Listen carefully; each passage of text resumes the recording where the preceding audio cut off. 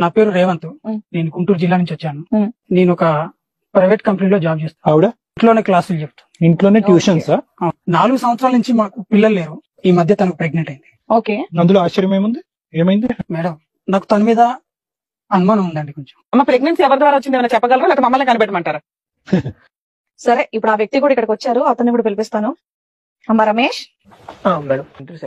Sir, వీడు మా ఇంటికి ట్యూషన్ కి వచ్చేవాడు సార్ ఇంత ముందు. నీ కడుపులో ఉన్న బిడ్డకు తండ్రి ఇతనేనా? చెప్పు. Yes or no? అవును సార్. ఎస్. ఇప్పుడు దాకా నేను పతివ్రతకు లీడర్ అండి అని మాట్లాడింది కదా సార్. రేవంత్ గారు మీరేమనుకుంటున్నారు? మళ్ళీ మేము న్యాయం చెప్పాలి. తను చేసింది తప్పే, కానీ తను నాకు కావాలి మేడం. మగవాళ్ళు మంచి మనుషులు. నాకు కావాలి మేడం. నీకు కావాలా?